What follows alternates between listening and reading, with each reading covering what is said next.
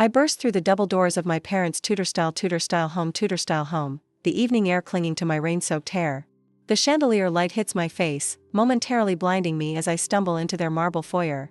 My swollen eyes scan the crowded room where champagne glasses clink against the backdrop of classical music. Mom spots me first. Her smile freezes, then melts into a tight-lipped grimace as she excuses herself from a cluster of well-dressed guests. She glides toward me in her navy silk dress, pearls gleaming at her throat. "Vanessa, not now, we have guests," she hisses, her perfectly manicured hand gripping my elbow. "Blake's engagement party is not the time for whatever this is." Dad appears at her side, jaw clenched beneath his silver beard. "Let's take this somewhere private," he mutters, steering me toward his study while glancing over his shoulder at the curious onlookers. The heavy oak door closes behind us with a solid thud. I stand trembling on the Persian rug, water dripping from my coat onto the polished floor. Mom's eyes follow each droplet as if I'm soiling a museum. "Zoe collapsed at school today," I say, my voice breaking. "They rushed her to Portland Memorial." Dad shifts his weight. "Is she alright?" "No," the word hangs between us. "She has a congenital heart defect. The doctor said without surgery in the next 48 hours, she could." My throat closes around the unthinkable. Mom's hand flutters to her chest. "Oh dear. Well, surely your insurance." "I don't have insurance right now," I whisper. "The business has been struggling. I was going to enroll next month when the new client payment came through." Dad's face hardens. "How much?" $1,000. I force the words out. "I've tried everything. The hospital payment plan only covers a fraction. The bank won't approve an emergency loan without collateral." I sink to my knees, something I swore I'd never do in front of them again. "I've never asked for anything. Not when Mark lost his job. Not when the roof leaked. Not when I needed startup funds." My hands shake as I reach for Mom's perfectly pressed slacks. "Please help save her.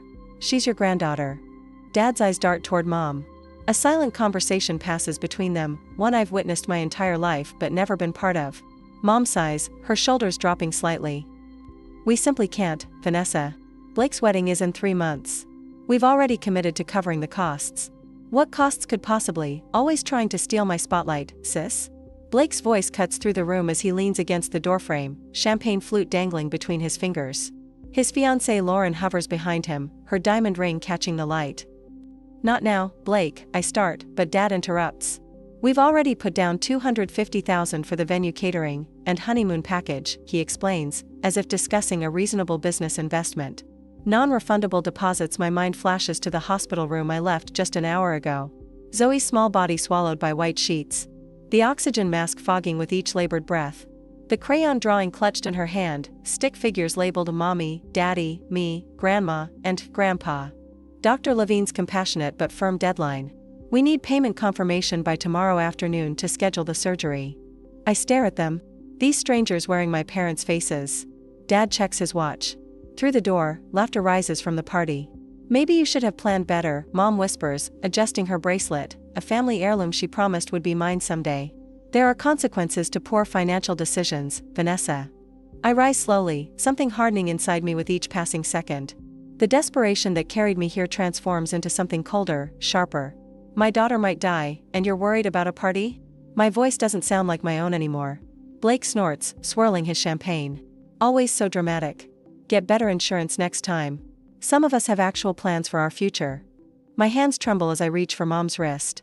I unfasten the sapphire bracelet, the one Grandma gave her, the one she dangled as a reward for my good behavior throughout childhood. "Take this back," I say, placing it in her palm and closing her fingers around it. "I'll find another way." Dad clears his throat. "Vanessa, be reasonable." I straighten my spine, shoulders back, chin lifted. I've never seen more clearly in my life. Walking through the crowd of whispering guests, I feel their eyes on my back. Someone murmurs, "Poor Gerald and Monica, that must be the troubled daughter." Another replies, "Such a shame. Bringing drama to Blake's special night." The night air hits my face as I step outside, but I don't feel the cold anymore. My phone buzzes with a text from Mark. "Any luck?" I look back at the glowing windows of my parents' mansion. 6-year-old Zoe's voice echoes in my mind. "Grandma and Grandpa have the biggest house ever. Do they love us big too?" I type my response, "No, but we'll save her anyway." And I will never knock on that door again.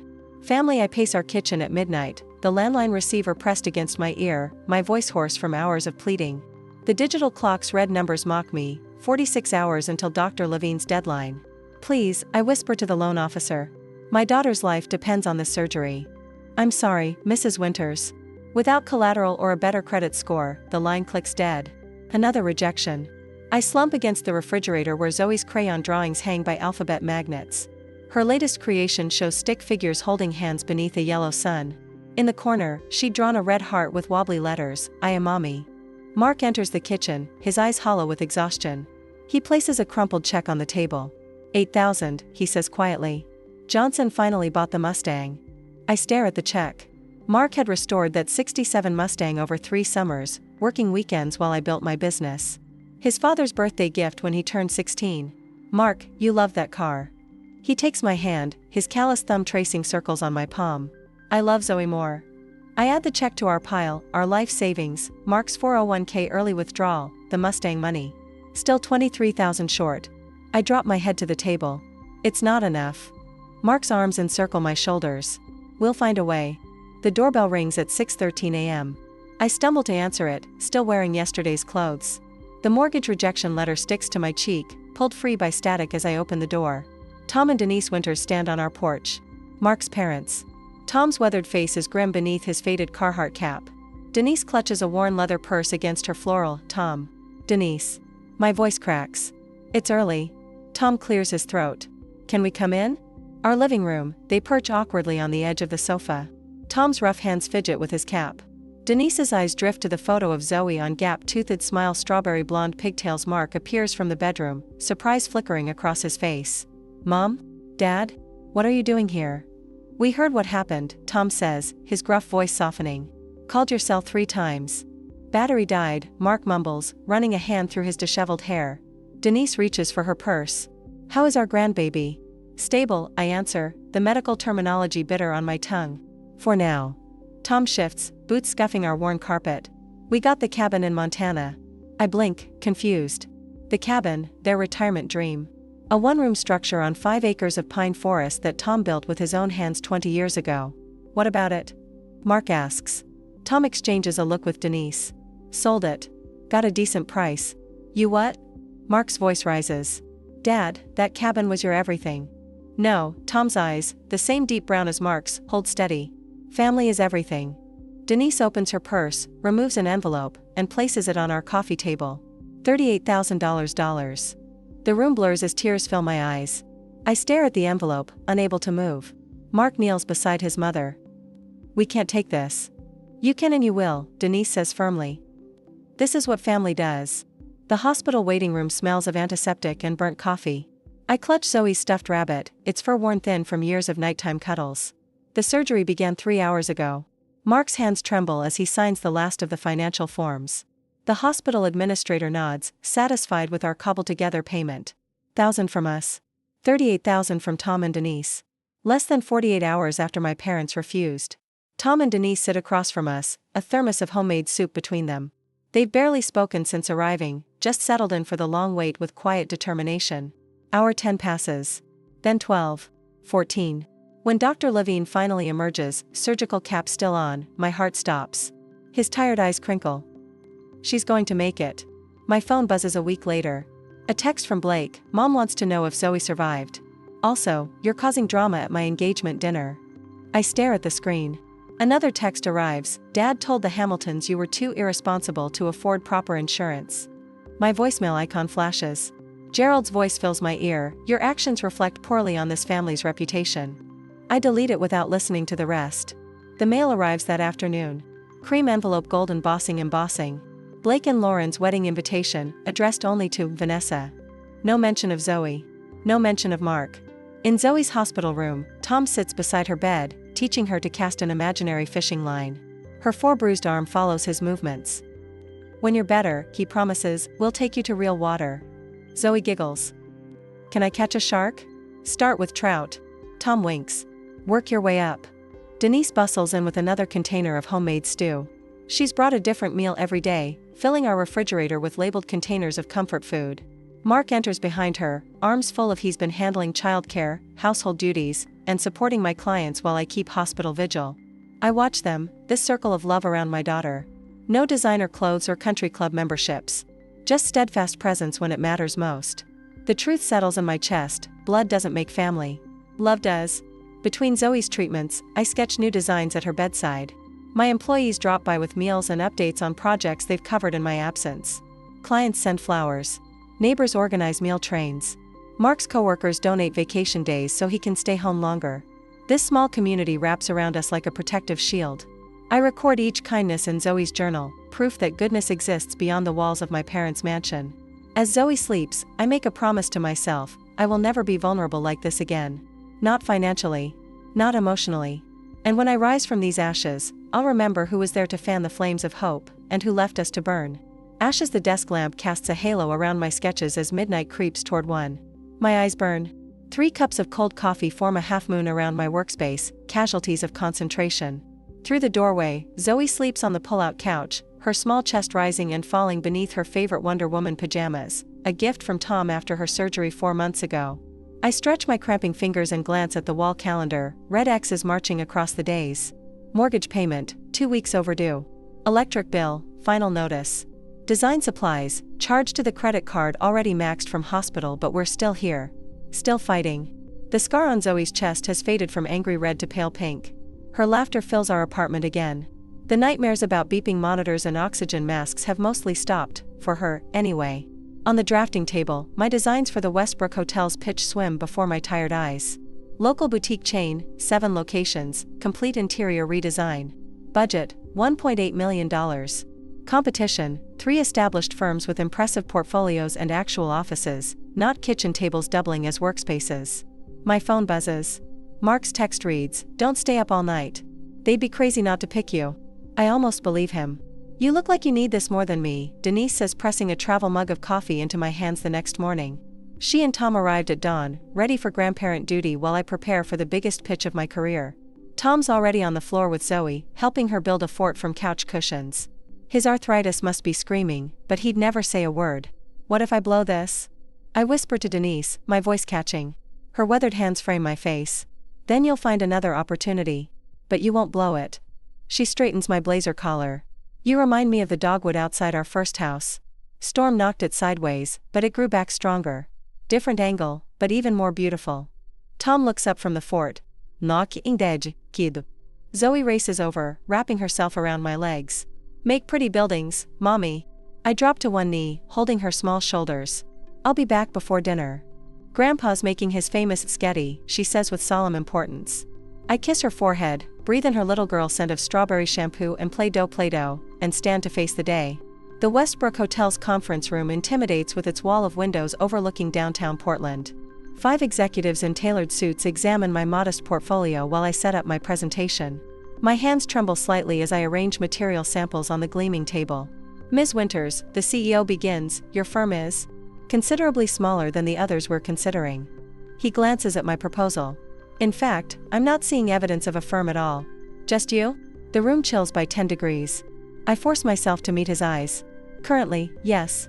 But that's about to change. A skeptical silence settles over the room. I take a deep breath and begin. Hotels aren't just places to sleep, I say, unveiling my concept boards. They're where people shelter during life's biggest moments, the first night of honeymoons, family reunions, business triumphs, sometimes even grief. The marketing director's phone vibrates. She glances at it, dismisses the notification. I continue despite the sinking feeling in my stomach. The difference between a forgettable stay and a memorable one isn't thread count or lobby size. It's whether a space feels like it was created for humans or for photographs. I reveal my designs room by room, spaces with secret reading nooks, family suites with thoughtful touches for kids, business rooms with adjustable lighting that combats time zone fatigue. The financial officer checks his watch. Time for my final play. I pull out photos of Tom and Denise's cabin, before and after my redesign. Last year, my in-laws sold their cabin to help pay for my daughter's heart surgery after my parents refused to help. When my daughter recovered, I redesigned their new place as thanks. The room stills. Even the financial officer looks up. I didn't just replace what they lost. I built what they deserved, a space that honors who they are. I gesture to the details, the custom fishing rod storage, the kitchen island sized for Denise's pie making, the window seat perfectly angled for Tom's birdwatching. That's what I do. I create spaces that remember the humans who inhabit them. The CEO leans forward. Why do you deserve this contract, Miss Winters? The question hangs in the air.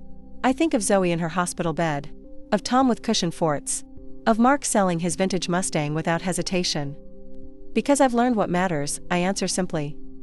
And it's not what most people think. The notification chimes while I'm washing dinner dishes 3 days later. Mark stops mid-sentence, watching my face as I check my phone. Westbrook Hotels is pleased to inform you. Accepted your proposal. Contract delivery tomorrow. $1.8 million initial phase. The phone slips from my fingers.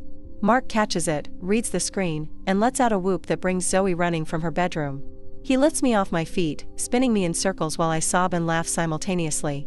Zoe dances around us, caught in our jubilation without understanding its source. We did it, I breathe into Mark's shoulder. We actually did it. 6 months later, I stand in the doorway of my actual office. Not a corner of the living room. Not a borrowed desk in someone else's building. Winter's Design Studio, etched in frosted glass on the door. Behind me, 3 designers work at their stations. The Seattle expansion opens next month. For more hires pending. My phone buzzes with a text from Blake, heard about your success. Mom and Dad talking about reaching out. Thought you should know. I delete it without responding. A package sits on my desk. Inside is a framed Denise, Mark, Zoe, and me on the porch of their new cabin, twice the size of the one they sacrificed. My first major purchase after the Westbrook contract. Another text arrives, Dad asking about family investment opportunity. For your information, I smile thinking of the magazine interview I gave yesterday. The journalist seemed particularly interested in how I built my business, without family support. The phone assistant rings, my assistant letting me know the Seattle contractor is line 1. Take a message, I tell her. I'm heading home early for my daughter's birthday party. I gather my things, looking once more at the photo on my desk. Tom and Denise will be waiting at our house, helping Mark with decorations. Zoe's school friends will arrive at 4. Her real grandparents, as she calls them, have planned a treasure hunt in the backyard. Later, when cake has been eaten and presents opened, Mark finds me on the porch steps. Everything okay? He asks, settling beside me. I look at our home, filled with laughter and light. At the people who showed up when it mattered most. We built this together, I tell him, taking his hand. All of us. My phone buzzes against the marble countertop of my kitchen. A notification from LinkedIn. I swipe it open, then freeze. There it is, my face staring back at me from the digital cover of Entrepreneur magazine. The headline reads, Rising from the Ashes: How Tragedy Sparked a Design Revolution. The knot in my stomach tightens, then releases. 3 years of work, blood, and tears captured in a single glossy image. Mark comes up behind me, his hands warm on my shoulders. It's real, he whispers. It's real, I echo, my voice catching. I scroll down to the pull quote they've highlighted in bold. My own parents let my daughter suffer for a party. That's when I realized, blood doesn't define family. The truth sits there, undisguised and raw. The words I spoke during the interview without flinching. No pseudonyms, no vague references. Just the unvarnished reality of that rainy night when my parents chose Blake's wedding over Zoe's life. Any regrets? Mark asks, his thumb tracing circles on my shoulder blade. Not one. By afternoon, my phone won't stop ringing. The article has been shared over 20,000 times. Business influencers I've admired for years are praising my integrity in the face of impossible choices. 3 podcast invitations arrive before lunch. Mom, why is your picture everywhere? Zoe asks, her small finger pointing at my laptop screen where another share notification pops up. I lift her onto my lap, her healthy heart beating against mine. Remember how I told you that sometimes stories help other people feel brave? She nods, solemn. At 9, she understands more than I sometimes wish she did. Well, I told our story. The first hint of fallout comes from an unexpected source, Elaine Withers, who sits on the same charity board as Monica. She calls me directly. I don't know if I should tell you this, she starts, voice lowered as if someone might overhear. The Palmers didn't come to the spring fundraiser. Gerald claimed they had another engagement, but Elizabeth saw them pull up to the country club, then turn around and leave when they spotted the Hendersons. I say nothing, letting her continue. Rumor has it their furniture store has lost 3 corporate accounts in the last month. People talk, Vanessa. And after that article. I thank her for the call, keeping my voice neutral. But after hanging up, I don't feel the rush of satisfaction I'd imagined. Just a hollow sort of completion, like turning the final page of a book you've waited years to finish. A text from Lauren, Blake's wife of 2 years, arrives next. Just read your story. Blake never told me. Is it really true? 2 days later, while reviewing blueprints for our Denver expansion, my assistant interrupts with news from Mark's cousin who works at Blake's firm. He didn't get the promotion, she says, eyes wide. Apparently his boss read the article and questioned his character and judgment. Blake threw a fit. Accused you of sabotaging him. I look around my growing office, the team of 16 designers working at their stations. The wall of awards for our healthcare facility designs. The framed mission statement about creating spaces that heal. None of this built on vengeance. All of it constructed on the foundation that crisis revealed. By summer, our company opens offices. In Denver and San Diego. The feature on Good Morning America focuses not on family drama but on our commitment to hiring single parents and providing full health care from day one of employment. Your health insurance policy costs more than industry standard, the interviewer points out. Doesn't that cut into your profits? I think of Zoe's scar, a thin white line down her chest. Some costs are investments, not expenses. The Heart Foundation's first fundraiser raises enough for 12 children's surgeries. Tom gives a tearful speech about second chances, his weathered hands gripping the podium. Denise snaps photos of everything, her pride radiating brighter than the ballroom chandeliers. Our new home sits on 3 acres just outside the city. 6 bedrooms, a studio for my design work, and an east wing built specifically for Tom and Denise. The moving trucks have barely left when Zoe races through the house, discovering each new room with gasps and giggles. I get to see Grandma and Grandpa every day. She shouts, running back to hug Tom's legs as he arranges books on a shelf. Mark watches from the doorway, arms crossed, eyes soft. Later, he finds me on the back porch and hands me a glass of wine. You built this, he says simply. All of it. We built it, I correct him, leaning into his solid presence. The news about Blake arrives through Lauren herself, standing at my office door without an appointment. I filed for divorce yesterday, she states, twisting the diamond ring on her finger. After I read your article, I started seeing things differently. The way he talked about his colleagues, his contempt for anyone struggling. Then I found messages to a waitress. She shakes her head. Your story gave me courage. A month later, a business newsletter reports that Palmer Furnishings has filed for bankruptcy protection. The next day, a realtor friend sends a windows of my parents' mansion. With its marble foyer and crystal chandelier. The asking price nowhere near its value. Foreclosure, the subject line reads. I delete the email without opening it. The voicemails start in October. First from Monica, her voice tight and controlled despite the circumstances. Then from Gerald, less composed with each message. I listen to each one once, then erase them, watching the notifications disappear one by one. Until the last one, left at 11:47 p.m. on a Tuesday. Vanessa, please, Gerald's voice cracks. We have nowhere else to turn. I play it twice.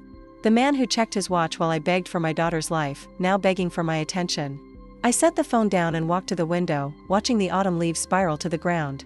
My finger hovers over the callback button. The reckoning sunlight slices through the floor-to-ceiling windows of my office, casting long shadows across Italian marble. I adjust the black leather suitcase on my desk, centering it perfectly between the crystal paperweight and my Mont Blanc pen. The weight of what's inside doesn't match its sleek exterior. Miss Winters, my assistant's voice breaks through the intercom. Your parents have arrived. Send them in. My voice sounds steadier than I feel. The double doors open, and I barely recognize the 2 people who enter. Dad's silver hair has thinned, his shoulders stooped beneath his discount department store blazer.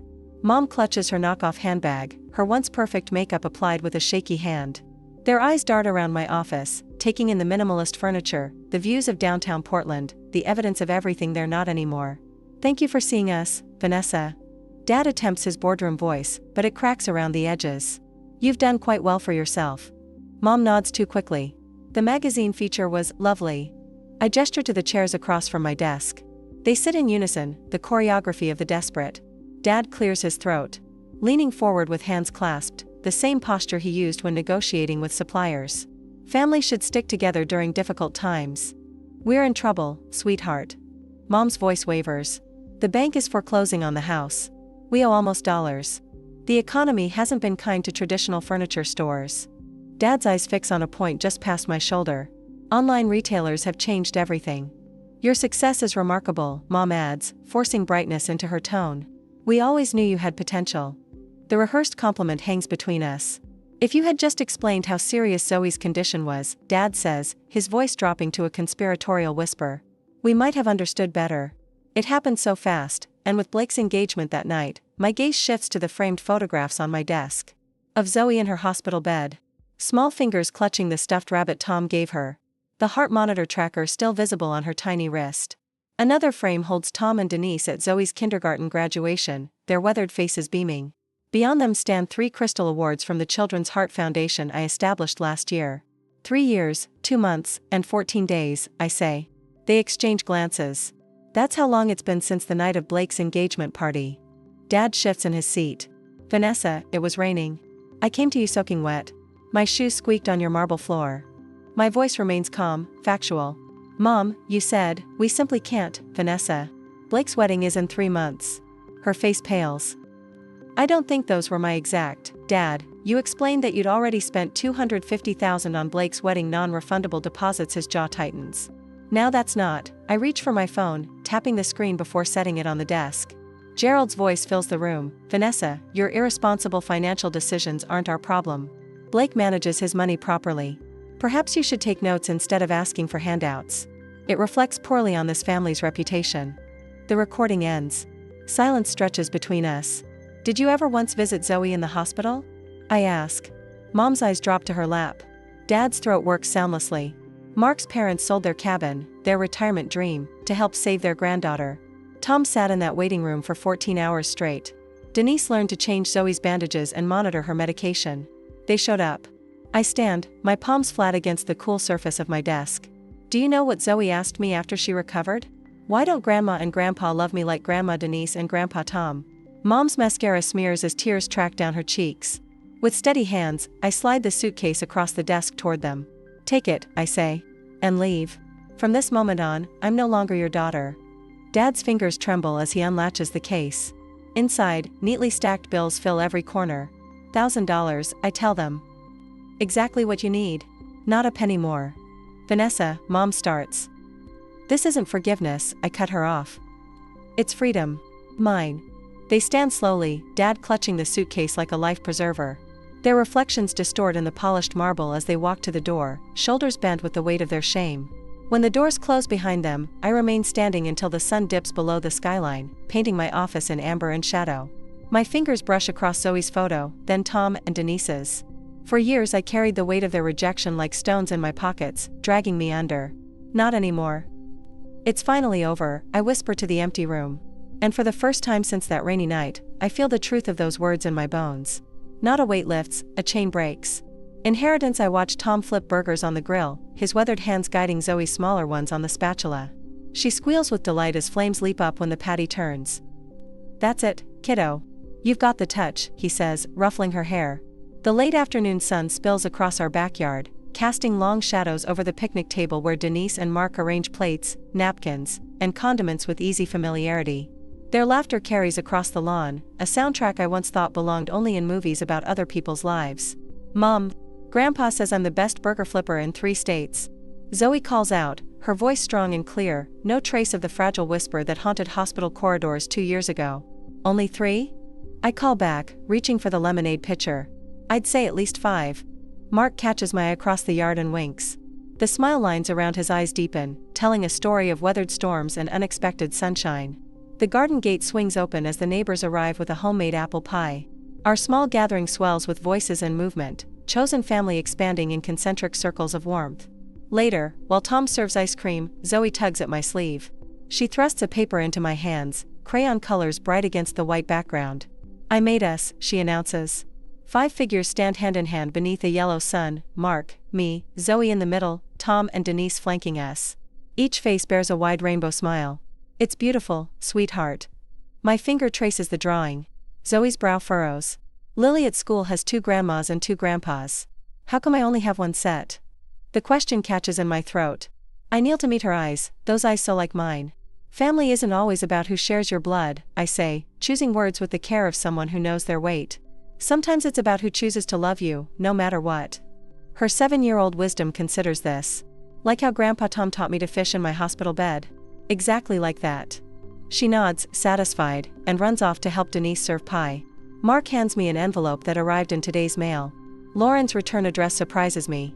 Inside, a card thanks me for the foundation grant funding her new therapy practice. She mentions Blake struggling but finally facing his mistakes.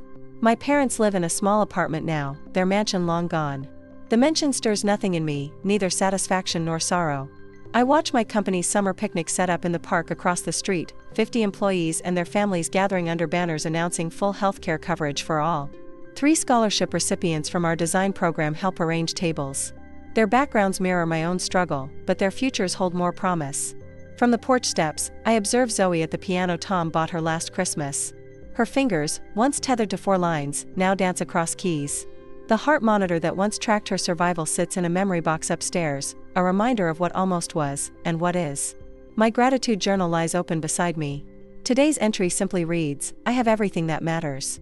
Golden light bathes all of us as the sun begins its descent, not the cold gleam of wealth but the warm glow of enoughness. I once thought revenge would feel like victory, the moment my parents realized what they'd lost. But true peace came from building something meaningful instead of destroying what hurt me.